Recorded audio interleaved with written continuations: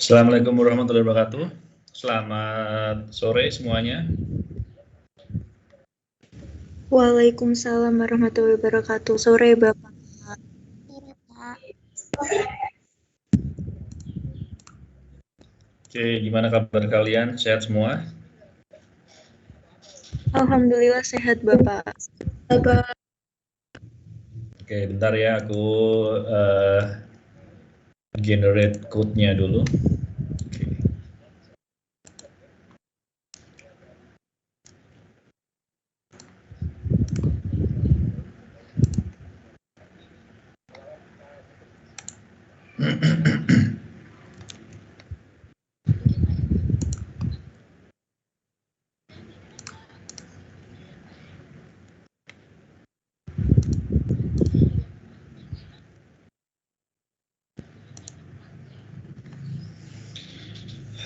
Oke, saya sudah share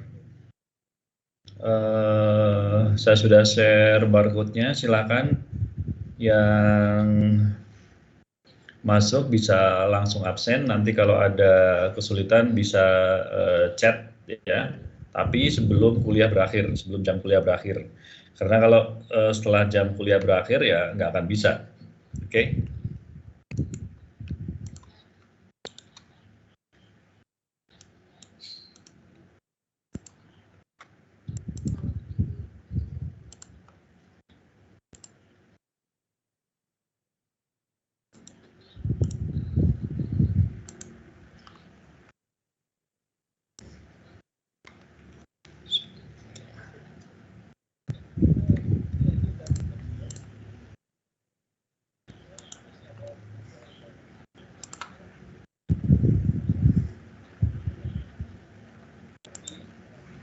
Oke, baiklah. Jadi untuk minggu pertama ini saya akan menjelaskan mengenai kontrak kuliahnya, ya. Kemudian kalau RPS nanti bisa kalian cek sendirilah itunya ya. Tapi yang penting di sini adalah kontrak kuliahnya, ya. Sebentar.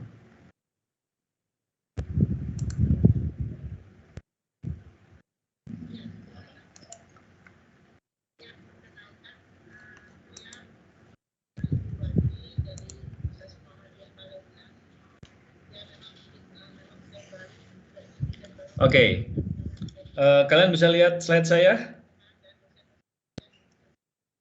Bisa Pak. Oke, jadi karena departemen kita itu mau apa ya istilahnya itu kita mau mengajukan akreditasi internasional ASIIN namanya.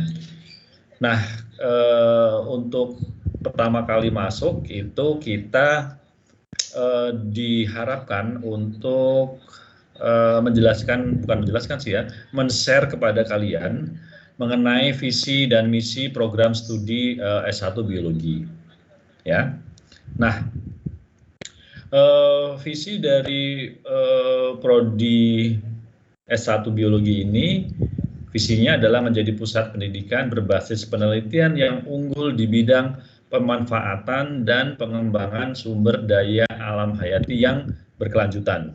Ya, jadi di sini visinya itu untuk menjadi pusat pendidikan berbasis penelitian yang penekanannya pada pemanfaatan dan pengembangan sumber daya alam hayati yang sustainable, yang berkelanjutan. Ya. Nah, kemudian misinya melaksanakan pendidikan, kemudian melaksanakan dan meningkatkan kualitas penelitian. Ya. Di sini penekanannya juga pada pengembangan sumber daya hayati alam yang berkelanjutan.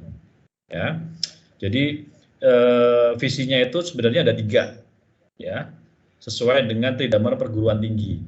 Ya, jadi kalau kalian nanti, karena nanti kan kalian itu akan ditanya secara random oleh reviewernya, ya, nanti akan diketemukan juga. Jadi nanti reviewernya kalau nggak salah dari Jerman itu akan tanya kepada semua stakeholder dosen, teknik maupun mahasiswa mengenai visi misi dari prodi biologi ini, ya. Jadi kalau visinya tadi pusat pendidikan berbasis penelitian yang unggul, ya, misinya itu ada 3, itu berdasarkan Tridharma perguruan tinggi, yaitu pendidikan, ya, penelitian dan pengabdian masyarakat, ya. Nah, jadi ini pada intinya sesuai dengan Tridharma perguruan tinggi. Jadi nanti kalau kalian kebetulan kalian di random terus ditanyain, setidaknya harus tahu itu, ya. Oke. Nah, di sini nanti SKS-nya itu 2 dan 1. Jadi berdasarkan pera universitas. Jadi tatap mukanya itu 2 kali 50 menit. Jadi 1 minggu itu 100 menit. Ya. Kemudian juga ada tugas, ya, tugas terstruktur. Ya, kemudian juga nanti ada mandiri. Mandiri itu ya intinya kalian belajar, ya. Kemudian praktikum, ya, di mana praktikum ini 1 SKS, tetapi dia terdiri dari 170 menit per minggu, ya. Ini yang lama, jadi tatap mukanya, tetapi untuk yang sekarang kan dari 15.40 ya sampai nanti selesai. Kemudian nanti pengampunya kelas A saya dan Bu Vernia, ya. Kelas B nanti sama juga saya dengan Bu Vernia juga untuk yang semester ini.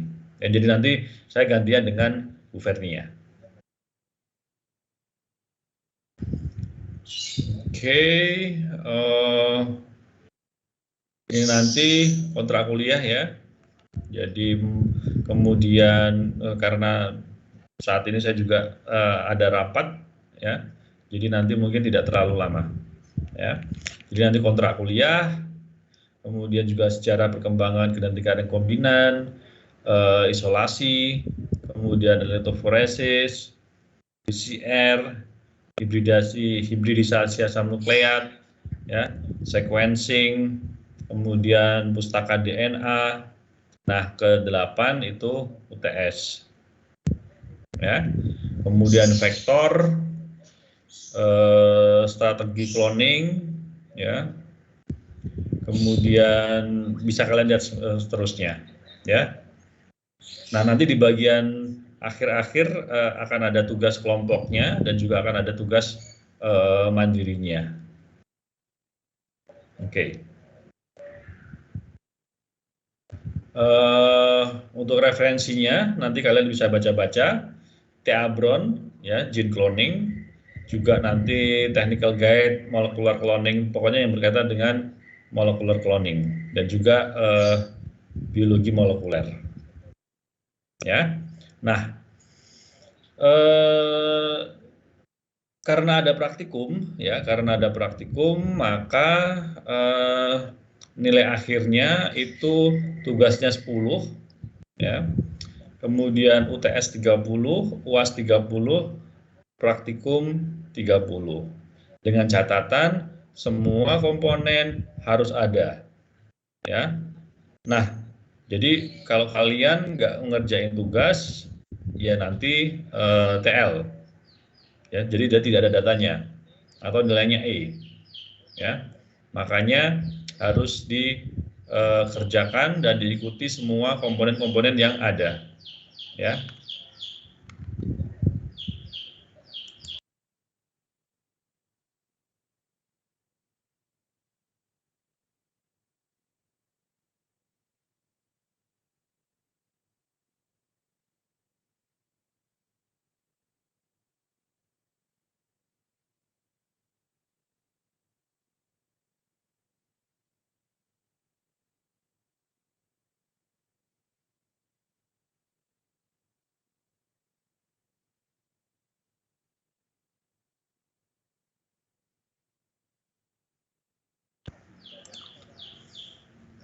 Oke, saya lanjutkan. Jadi itu tadi mengenai kontrak kuliah ya, dan juga evaluasinya yang paling penting.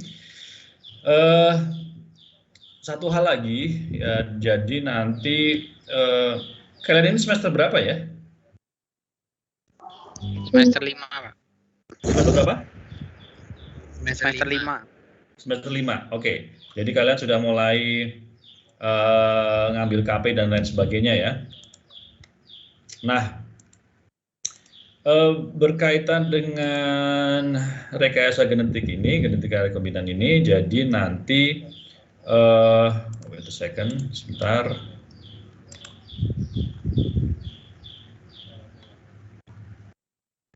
Saya ceknya dulu.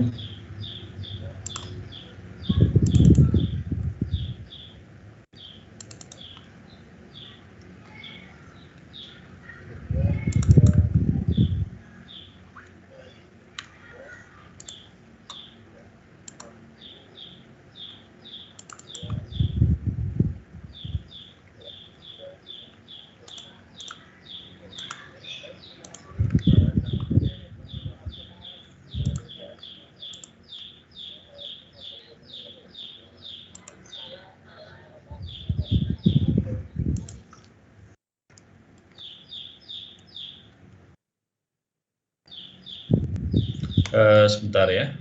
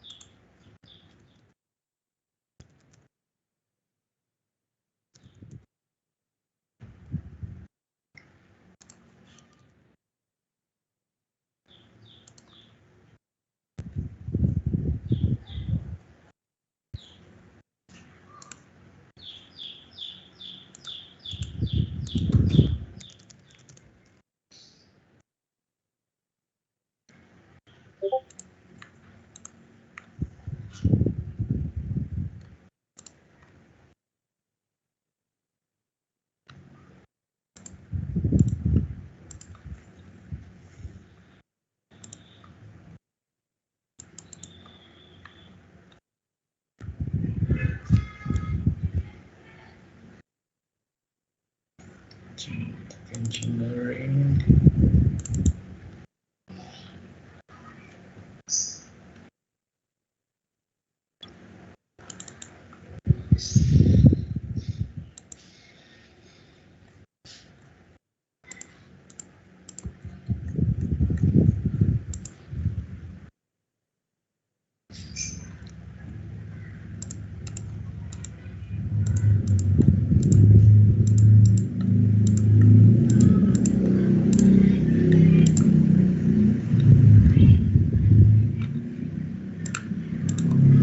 Oke, sebenarnya soalnya hari ini saya ada meeting juga dengan pihak Perancis. Ya, jadi kalian juga ada praktikumnya ya, tapi dengan kondisi yang sekarang ini masih pandemik, jadi belum bisa untuk melakukan secara offline, ya. Padahal sebenarnya kalau kita berbicara mengenai genetika rekombinan ya harus praktek, karena kalau tidak praktek itu akan susah. Kenapa? Karena pada saat kita melakukan rekayasa genetika itu kita selain harus mempunyai knowledge yang cukup, itu kita harus juga mempunyai skill, ya kan? Nah, skill ini kita lakukan dengan praktek mau tidak mau. Ya, jadi nanti misalkan bagaimana kita mentransformasi bakteri, kemudian bagaimana kita melakukan DNA, memotong DNA ya dengan enzim restriksi, kemudian memasukkan DNA ke dalam plasmid dan lain sebagainya. Itu walaupun ada protokol, tetapi skillnya itu tetap harus diasah, ya. Kalau kalian lihat di background saya itu adalah proses bagaimana hasil dari transforman, ya, hasil dari transformasi itu nanti akan kita lihat di media selektif, ya. Jadi nanti setelah transformasi, ya, setelah transformasi, kemudian nanti kita akan cek apakah ada yang ada transforman atau enggak. Nah, ada tidaknya transforman ini menunjukkan keberhasilan dari proses cloning kita. Ya, nah, bukan minggu ya. Jadi hari Selasa kemarin itu saya ada meeting dengan perusahaan dari Prancis, Westpran, startup di bidang biotek, dan juga dari University of Montpellier di Prancis, ya, di Prancis sana. Jadi kita akan mengadakan kerjasama untuk melakukan research project yang berkaitan dengan rekayasa genetik. Ya, jadi Selasa kemarin itu sudah pertemuan yang ketiga, di mana secara official kita sudah deal untuk melakukan kerjasama dalam bidang cloning. Ya, nah. Sehingga nanti sebenarnya kalau kalian posisinya ada di Semarang, ya, kalian bisa melihat bagaimana proses melakukan genetika rekombinan, bagaimana proses melakukan cloning, ya. Jadi bagaimana memotong DNA, bagaimana menyambung DNA, bagaimana memasukkan DNA yang kalian ingin cloning itu ke dalam plasmid, kemudian bagaimana transformasi ini ke dalam hostnya, dan lain sebagainya. Itu kalau kalian yang berada di Semarang, nanti kalau risetnya sudah dimulai, kalian bisa. Ya. Di antara kalian ada yang stay di Semarang? Siapa? Ada yang stay di Semarang? Ada Pak. Raise hand yang di Semarang? Oke, ada 5 ya, 9, 11, 12, lumayan banyak juga ya, 15.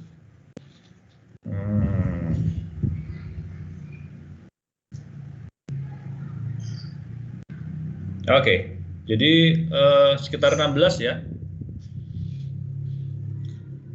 Kalian yang ada di Semarang ini memang memang tinggal di Semarang atau kos di Semarang? Saya memang orang Semarang, Pak. Oke. Jadi saya memang tinggal di Semarang, Pak. Jadi yang di Semarang ada banyak ya, ada 17-an orang ya?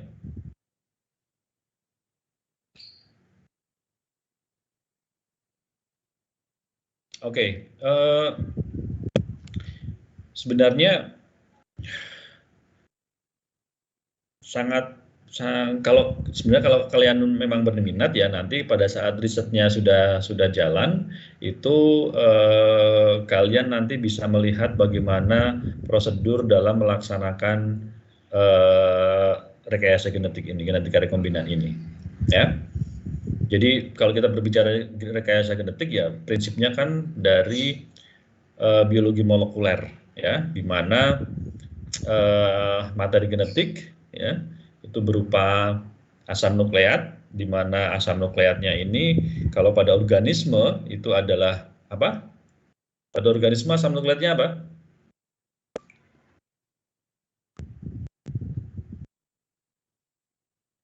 Kalian udah dapat biologi molekuler kan?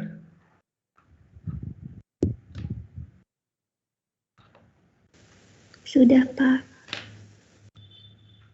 Oke, terus asam nukleat pada organisme itu apa? Bisa DNA atau RNA, Pak. Kalau pada organisme materi genetiknya ya, ingat kalau materi genetik asam nukleatnya pada organisme itu apa?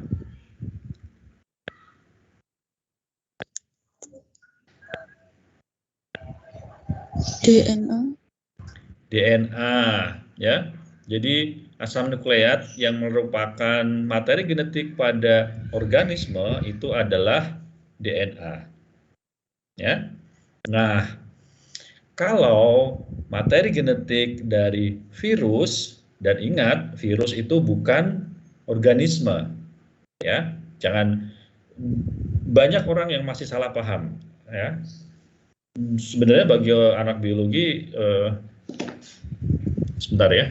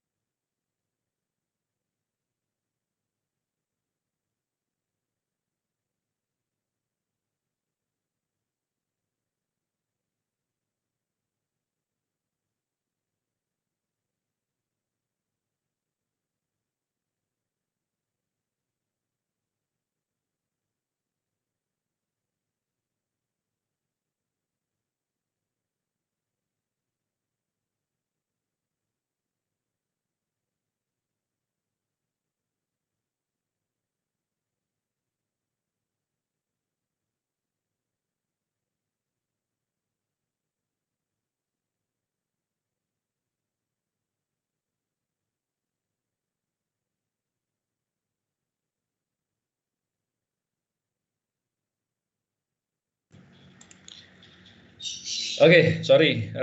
Jadi sebenarnya hari ini jam 4 juga ada meeting lanjutan, ya. Jadi tadi sampai di materi genetik, ya. Jadi materi genetik asam nukleat, ya, itu kan ada dua, DNA sama RNA. Ingat ya, asam nukleat, DNA sama RNA. Tetapi yang menjadi materi genetik pada organisme, materi genetiknya itu adalah DNA. Ya, karena RNA nanti dia hanya berperan dalam proses apa? Sentral dogma biologi molekuler. RNA kalau pada organisme dia perannya sebagai dalam apa? Ada yang tahu? Protein. Hah? dalam sintesis protein, Bapak. Sintesis protein, sebelum sintesis proteinnya.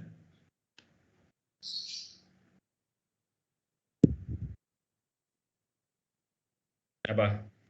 Sebelum sintesis protein, ada apa? Sintesis protein disebut juga dengan apa? Prosesnya apa namanya? Sintesis protein? Ayo. Kalian sudah ambil biomol atau baru ambil? Berapa? Nah, Mbak? sebelum sintesis protein namanya apa? Translasi. Oke. Sebelum proses translasi apa? Transkripsi. Transkripsi. Oke. Jadi RNA pada organisme itu ada pada saat proses transkripsi. Proses transkripsi itu apa sih sebenarnya?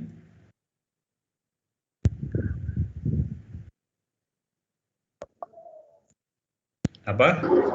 Proses DNA. Apa?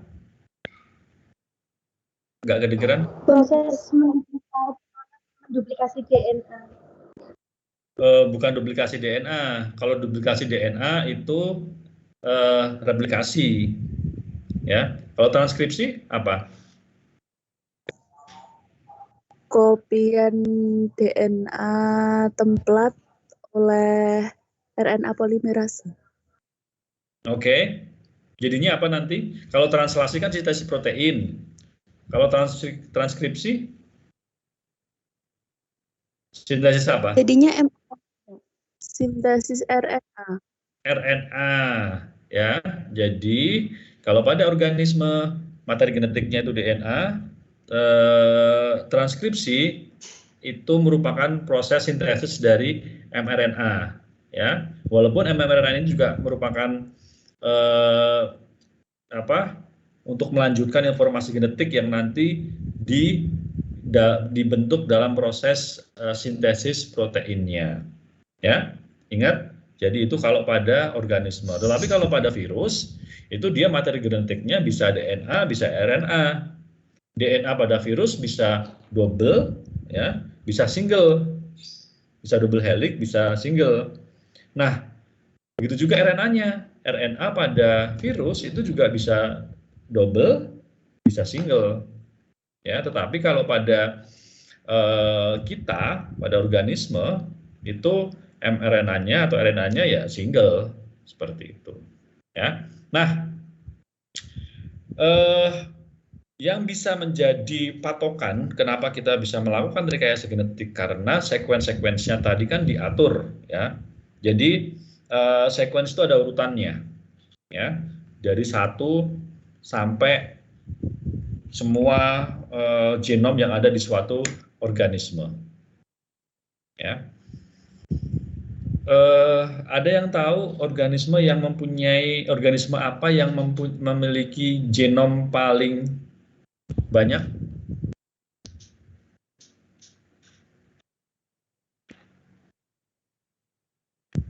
Organisme apa atau makhluk hidup apa yang genomnya paling banyak?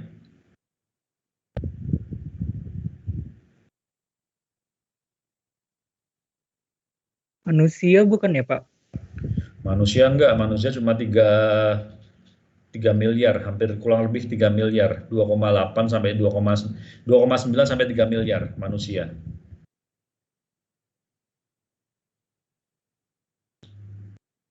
Ada yang tahu?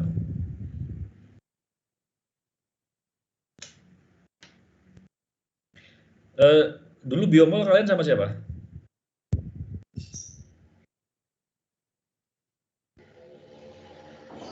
Bu Arina dan Bu Fernia. Siapa? Bu siapa? Bu Arina?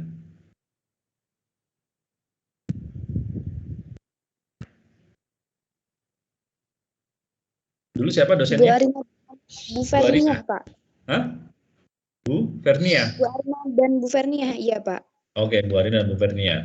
Oke, jadi mungkin belum tahu. Sebentar ya.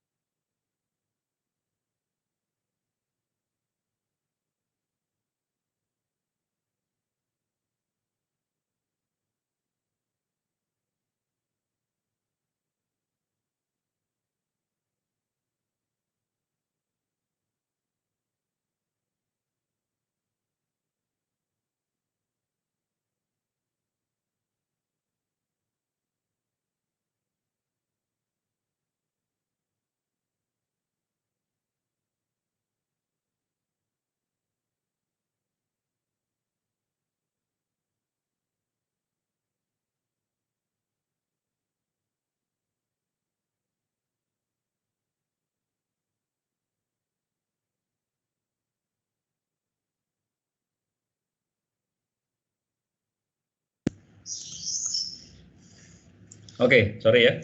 Jadi tadi sampai di mana? Oke, saya kasih pertanyaan tadi ya.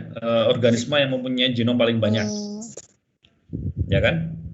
Jadi organisme yang memiliki genom yang paling banyak atau yang paling panjang itu adalah amuba. Ya, jadi amuba yang kalian tahu merupakan organisme yang tidak memiliki otak, yang hanya bisa semacam merayap seperti itu memiliki genom sebanyak 600 miliar base pair. Ya, kalian bayangkan, manusia itu hampir 300 base pair. Ya, hampir 3 miliar base pair.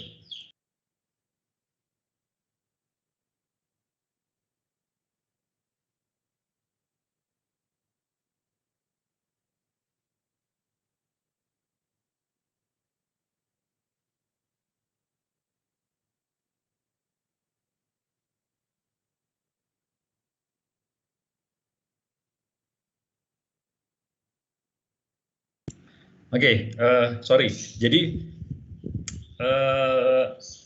amuba ya itu 600 miliar base pair. Manusia 2,9, 3 miliar base pair. Jadi kalian bayangkan, manusia sebagai organisme yang paling smart sedunia, yang paling menghancurkan bumi ini, ya, itu kita hanya memiliki 3 miliar base pair, ya, dan kita organisme yang paling destruktif. Kita benar-benar menghancurkan bumi ini, ya kan? Amuba, ya, yang ibaratnya dia tidak bisa melakukan apapun, itu 600 miliar base pair. Artinya apa? Panjang pendeknya sekuens DNA yang dimiliki oleh suatu organisme itu tidak berbanding lurus dengan kemampuannya, ya, untuk berkembang biak, kecerdasan dan lain sebagainya. Seperti itu, ya. Nah, pertanyaannya, kenapa kira-kira? Kenapa manusia yang hanya 3 miliar base pair bisa sangat cerdas, kita bisa keluar angkasa, kita bisa menghancurkan bumi, ya. Tetapi yang banyak sekali, hampir 300 kali, ya, kandungan genomnya, kandungan DNA-nya itu hanya nggak bisa ngapa-ngapain, ibaratnya seperti itu. Kira-kira kenapa?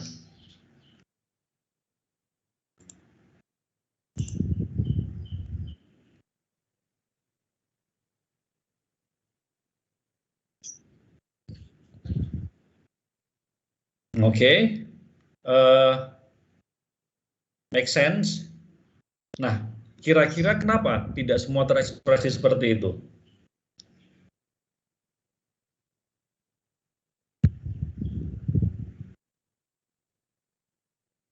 Karena ini nanti akan menjadi dasar bagi kalian untuk melakukan rekayasa genetik.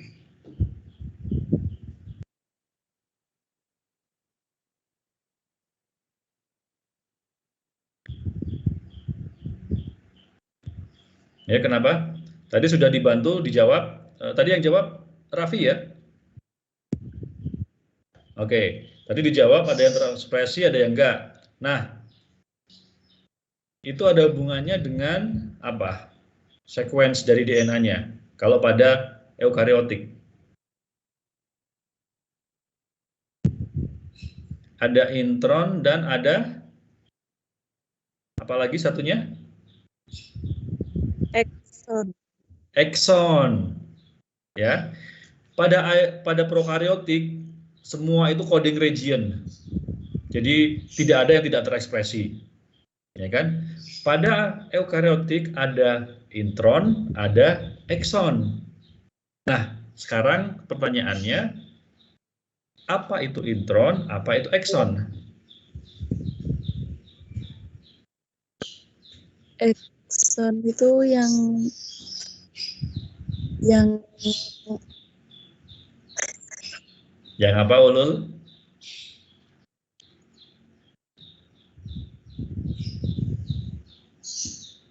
Ada yang tahu? yang ada kodenya Pak, yang menurunkan sifatnya. Oke. Ada lagi yang bisa bantu?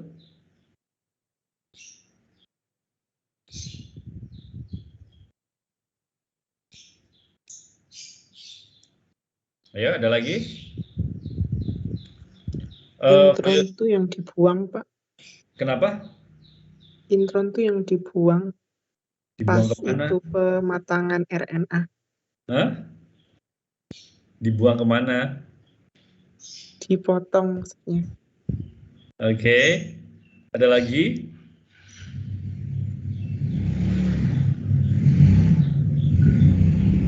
Oke, for your information, nanti keaktifan kalian dalam diskusi itu juga akan menambah nilai kalian. Oke?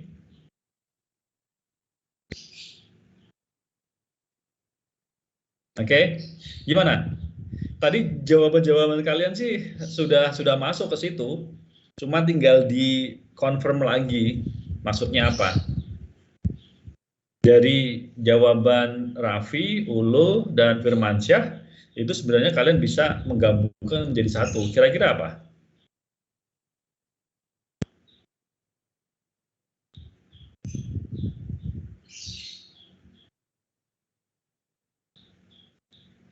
Izin menjawab Bapak. Oke, kan? Kalau dalam penggabungan itu bagian yang dibuang itu intron, yang digabungkan bersama itu yang ekson ya, yang Ya. setelah penjalinannya. Aha. Nah, sekarang pertanyaannya, apa itu ekson, apa itu intron?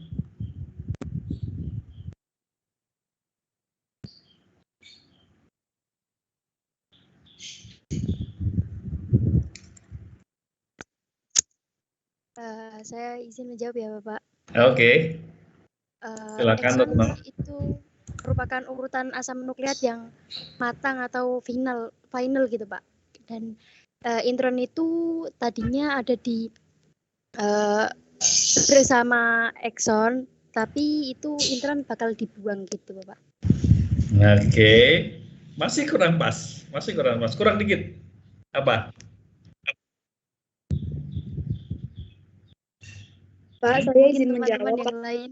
Oke, sebentar. Maria dulu. Maria, silakan. Ya Pak, izin menjawab. Kalau exon itu kan itu nanti yang dapat diekspresikan Pak berlanjut ke dalam proses transaksi, sedangkan yang intron tadi yang dibuang itu karena sekuennya itu tidak dapat ditransaksikan Pak, tidak dapat diekspresikan. Mohon koreksinya Pak. Oke.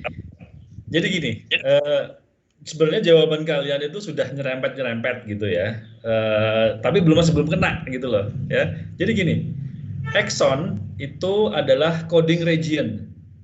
Artinya apa? Artinya daerah-daerah yang mengkode asam amino yang nanti bisa menjadi produk suatu protein. Oke, jadi ibaratnya kalau exon itu adalah coding region atau sequence suatu gen lebih mudahnya.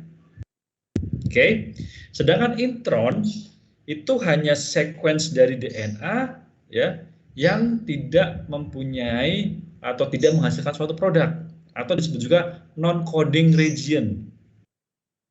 Ya, jadi coding region itu daerah-daerah yang nanti menghasilkan suatu produk berupa protein atau RNA. Ya, nah non coding region ini tidak menghasilkan suatu produk.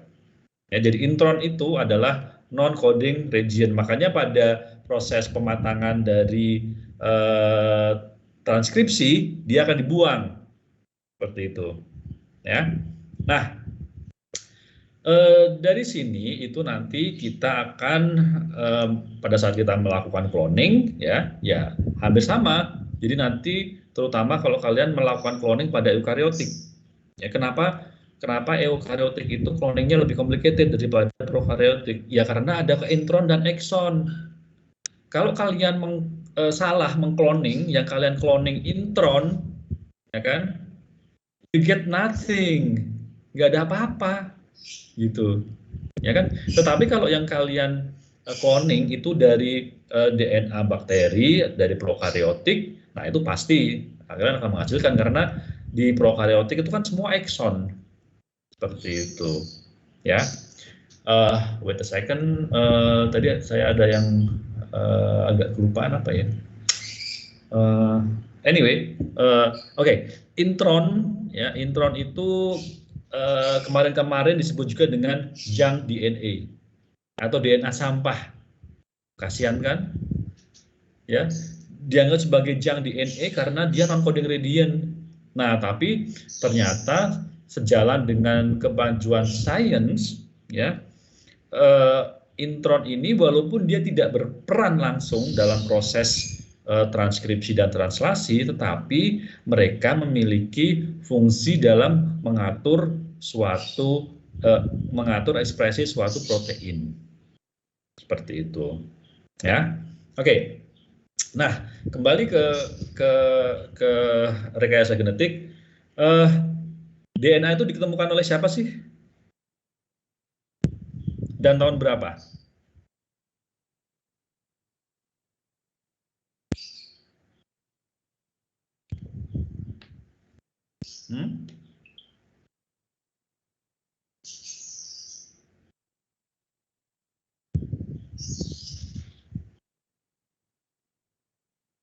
Ayo.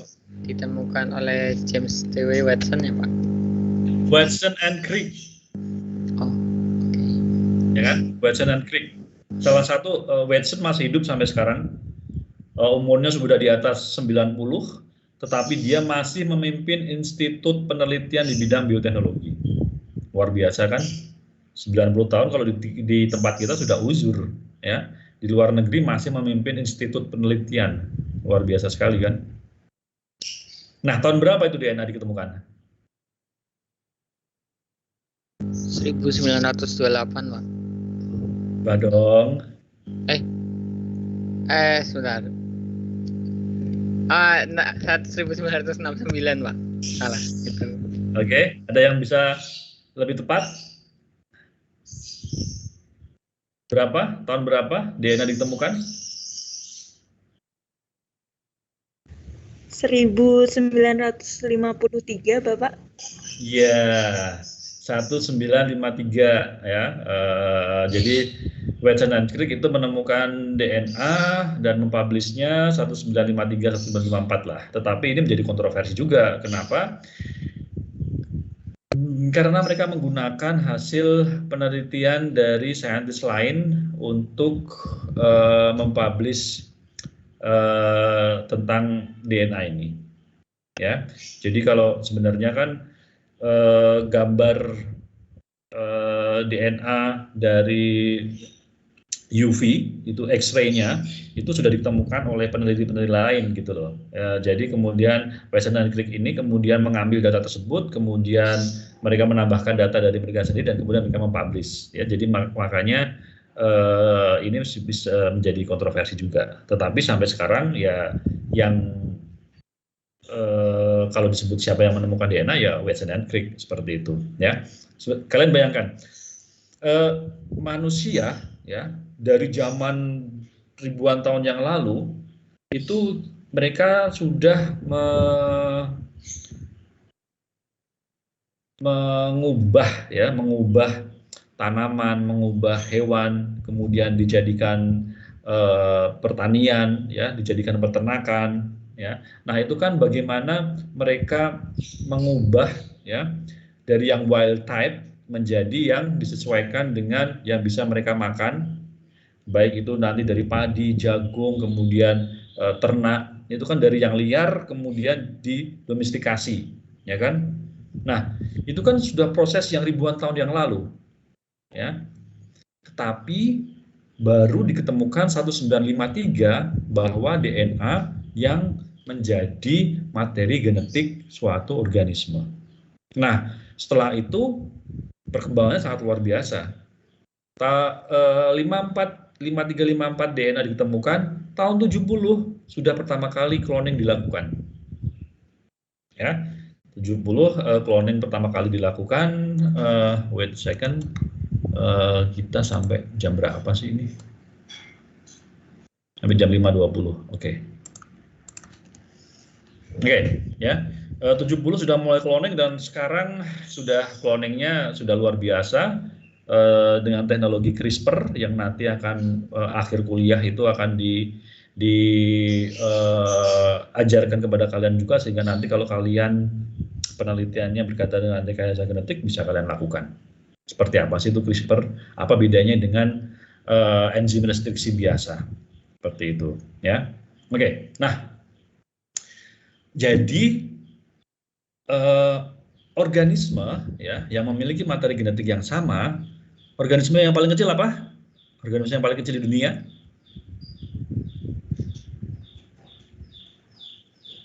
Virus. Apa? Hah? Organisme loh. Tadi kan sudah saya jelaskan, virus bukan organisme. Bakteri berarti Bapak. Bakteri, Bapak. Ada yang lebih kecil dari bakteri. Apa?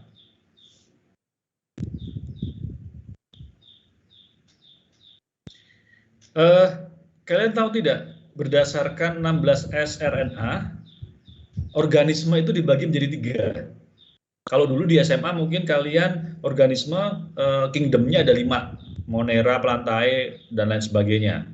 Nah, sekarang berdasarkan molekula itu dibagi menjadi 3. Apa itu? Domain suatu organisme? Ada yang tahu?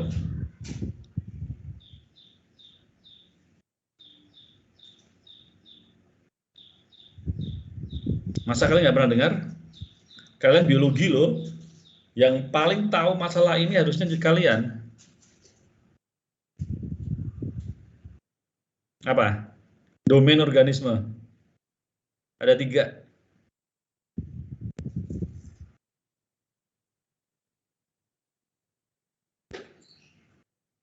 Ayo, masa kalian nggak tahu? Kalian udah semester 5 loh, sudah setengah jalan loh. Izin menjawab, Pak. Oke, sebentar. Raffi, gimana? Archaea, bakteri, eukariot. Ya. Oke, jadi domain organisme sekarang berdasarkan Carl Woese, ya, itu dia membedakan organisme ini berdasarkan molekulernya 16S. Itu ada archaebakteri, kemudian prokariot dan eukariot. Ya, jadi archaea itu golongan mikroorganisme tapi dia terpisah dari bakteri. Ya. Kemudian prokariot itu bakteri dan eukariot. Ya, jadi ini berdasarkan 16S RNA-nya. Seperti itu. Ya. Nah, kembali ke tadi, organisme yang paling kecil itu archaea. Ya, dulu waktu saya di San Diego, Amerika, ya, kebetulan host saya itu dia kita panggilnya Dr. B, orangnya eksentrik, wajahnya seperti Einstein gitu. Itu dia bermain-main dengan archaea. Ya, jadi archaea itu dia lebih kecil daripada bakteri. Dan dia tidak bisa diwarnai seperti pewarnaan gram pada bakteri. Ya, jadi kalau kalian mau melihat archaea itu harus menggunakan perwarnaan namanya perwarnaan DAPI. Jadi warnanya hijau. Dan harus dilihat dengan mikroskop khusus. Itu kenapa penelitian archaea di Indonesia nggak ada, bisa dikatakan nggak ada. Ya, karena hanya untuk melihat saja kita butuh alat khusus gitu. Padahal archaea ini merupakan organisme pionir. Dia tumbuh pada lingkungan-lingkungan yang ekstrim. Ya, secara bioteknologis dia sangat menguntungkan. Seperti itu. Oke, ini archaea yang paling kecil. Nah, organisme yang paling besar apa? Manusia, Pak. Eukaria, Pak. Organisme yang paling besar. Eukariotik. Eukaria, Pak. Organisme. Spesies apa yang paling besar, wes? Manusia, Pak. Manusia sama gajah aja kalah. Nah, paus biru. Ya, jadi organisme yang paling kecil arche, organisme yang paling besar paus biru. Paus biru kan sampai 8-10 ton. Ya, kalian bayangkan seberapa gedenya. Ya kan? Dari arche sampai paus biru, kemudian diantaranya ada manusia, hewan, tumbuhan, ikan. Itu kita memiliki materi genetik yang sama. Ya. Sekarang dari sisi biologis, kalian sebagai orang biologi, semua organisme itu memiliki materi genetik yang sama, yaitu DNA. Nah, hubungannya dengan genetika rekombinan, itu berarti you can change every organism in this world. Ya kan? Materi genetik antara kalian dengan tumbuhan, kalian dengan hewan, ya, kalian dengan arche, itu materi genetiknya sama, DNA. Dan dengan rekayasa genetik ini, dengan genetika rekombinan, you can change this organism. Kalian bisa mengubah sifat-sifat organisme. Ya. Di mata kuliah ini nanti you play as a god. Di kuliah genetika rekombinan ini, kalian akan berperan sebagai Tuhan. Kenapa? Because you can change the nature of organism as you want. Ya, kalian bisa merubah sifat suatu organisme seperti yang kalian inginkan. Karena materi genetiknya sama. Ya, as long as you know what is the function of the gene, ya, selama kalian tahu fungsi dari gennya itu apa, kalian bisa memindah-mindah gen ini dari tanaman ke manusia, ke hewan, ke ikan, anything.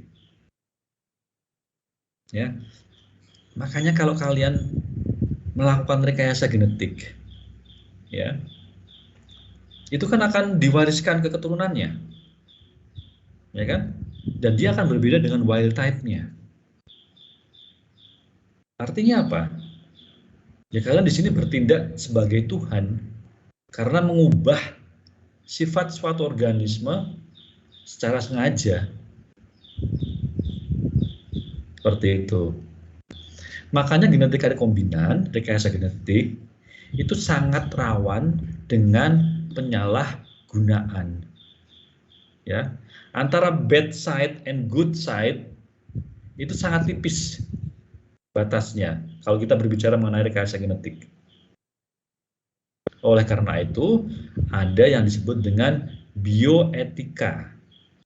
Ya, bioetika ini yang memberi batas apa yang boleh dilakukan, apa yang tidak bisa dilakukan.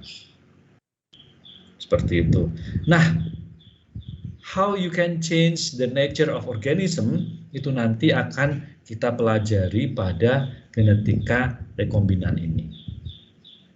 Ya. S3 saya memang saya melakukan rekayasa genetik. Saya mengubah bakteri, saya cut DNA-nya, saya cut gennya, kemudian saya balikin lagi ya untuk mengetahui prosesnya.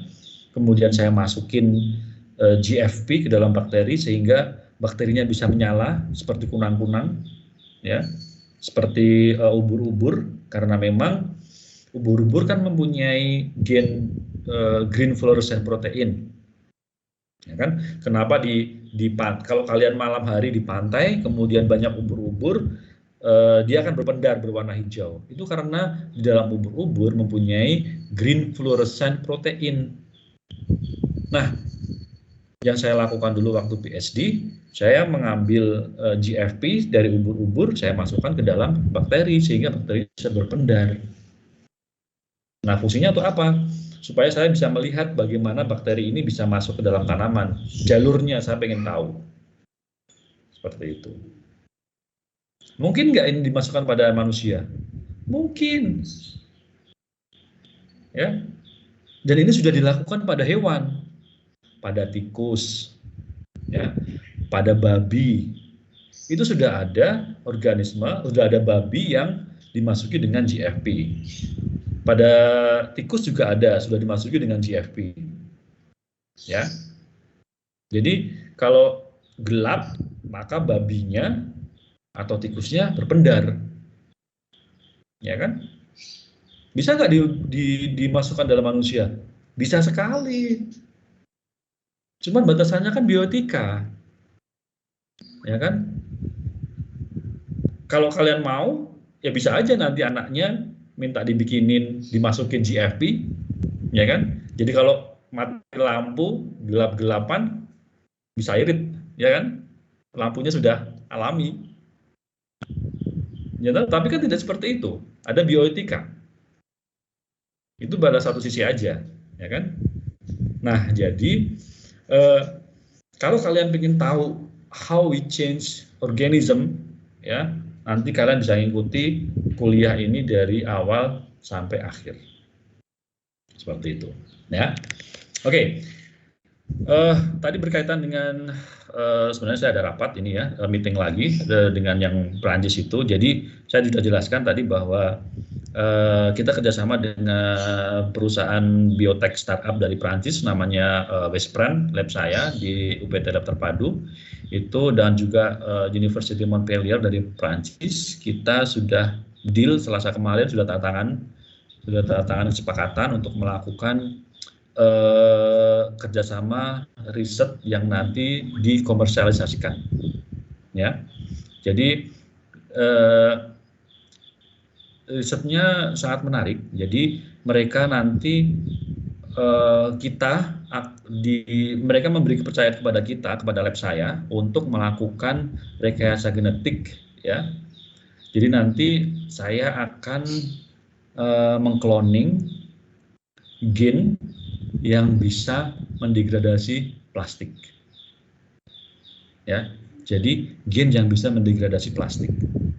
Kalian bayangkan berapa banyak ton plastik yang ada di bumi ini sekarang, ya. Dan kalau riset ini berhasil, ya, kita sudah punya kita sudah ada 10 kandidat gen yang kita yang kita temukan. Nah, ini nanti akan kita cloning dan akan kita coba kemampuannya dalam mendegradasi plastik, limbah plastik. Nah, kita bekerjasama dengan startup atau perusahaan bioteknologi karena memang nanti mau dikomersialisasikan. Ya, kalian bayangkan bagaimana beruntungnya apabila kita bisa melakukan penelitian ini. Bukan hanya buat Undip, tapi for the whole earth, for the mother of earth, ya, buat bumi. Ya kan? Bagaimana bumi akan bersih dari sampah plastik dengan produk cloning yang bisa kita hasilkan ini. Ya, dari penelitian sebelumnya bahkan pendegradasian, kemampuan degradasinya itu sampai 90%.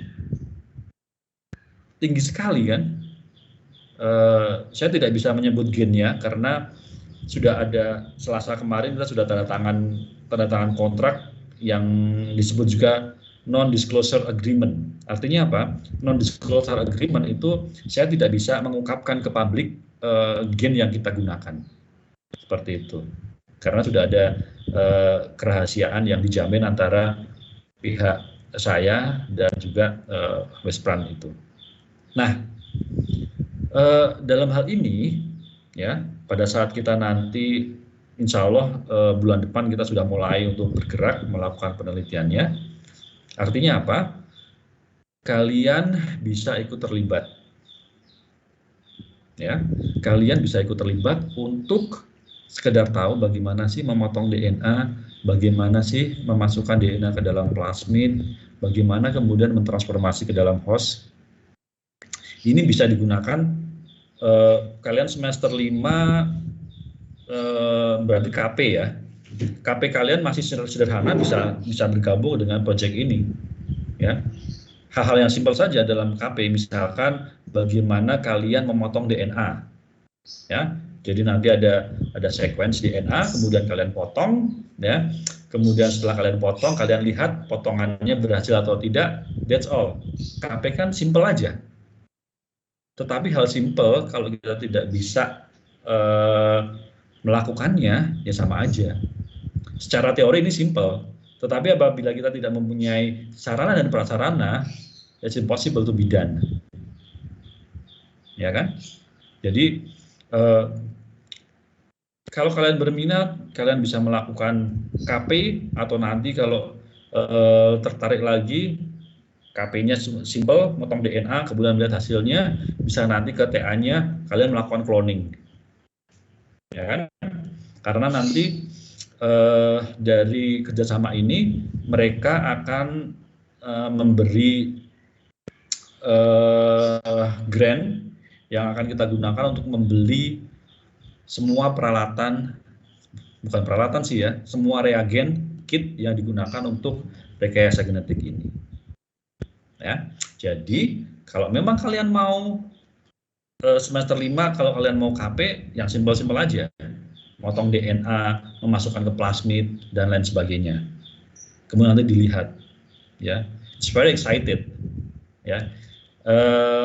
Kerjaan-kerjaan cloning itu butuh ketelitian, kesabaran, ya. Kenapa? Karena kita melakukan pekerjaan yang tidak kelihatan. Ini kan sama seperti sekarang kita menghadapi virus.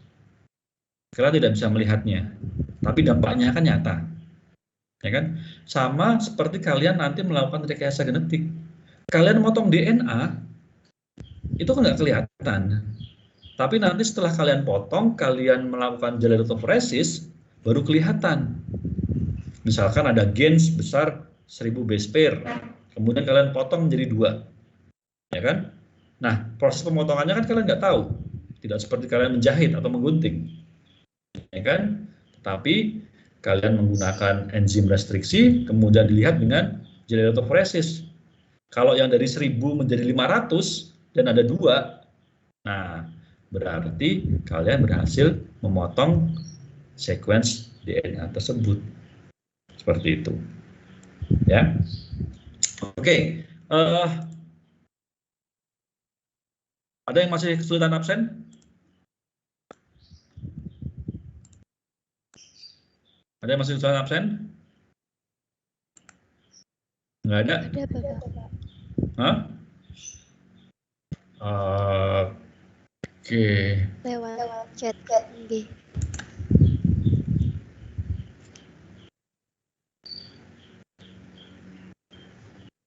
Nariska, oke, sebentar.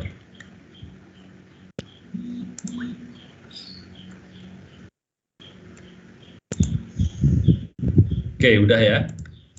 Oke, saya ditunggu profesor dari Prancis dan juga karena kita harus melakukan detail bagaimana proses dari rekayasa genetiknya ini. Jadi saya harus akhiri, ya. Nah, seperti tadi yang sudah saya jelaskan bahwa pada mata kuliah ini kalian nanti akan diajari bagaimana meng-create suatu organisme, which is you play as a god, ya. Karena nanti kalian akan merubah suatu wild type menjadi mutan, dan mutan ini kan akan diteruskan ke progeninya, ke keturunannya, seperti itu, ya. Nah, makanya dan rekayasa genetik itu hanya kalian dapatkan kalau S1 ya hanya lebih dalam di prodi biologi ini. Ini kekuatan kalian, ya. Ini kekuatan kalian yang harus kalian maksimalkan. Karena dari yang lainnya nggak akan mendapatkan sedetail ini. Seperti itu. Oke, baiklah.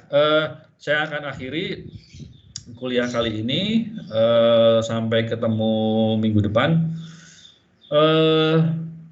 Kalian ada jadwal Jumat ada kuliah jam berapa aja sih? Jam 1 siang, Pak. Pagi ada nggak? Jam 9, jam 8 gitu? Kosong, Bapak. Oh. Ada. Jam berapa itu?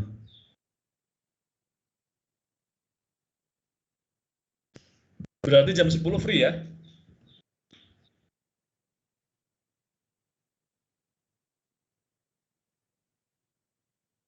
Oke, ini mata kuliah ini juga belum ada PJ-nya, PJ mahasiswanya. Nanti tolong hubungi saya kalau nanti ada perubahan dan lain sebagainya. Oke? Atau ditentukan aja siapa sekarang, supaya enggak siapa? Mohon maaf Bapak, saya Rokiatul Bapak. Oke, kamu yang jadi PJ-nya ya? Iya Bapak. Oke, kamu sudah tahu nomor saya?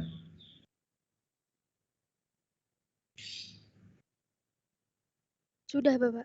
Oke, ya udah nanti kamu kontak ke aku ya. Oke, baiklah. Saya akhiri kuliah. Sekali lagi, kalau kalian nanti berminat, you can play with me in my lab. Kita akan bermain-main dengan dunia yang penuh dengan khayalan. Oke? Saya akhiri. Assalamualaikum warahmatullahi wabarakatuh. Selamat sore, stay safe, stay healthy. Okay. Waalaikumsalam warahmatullahi wabarakatuh. Terima kasih Bapak. Terima kasih Pak. Ya, sama. Hati-hati ya.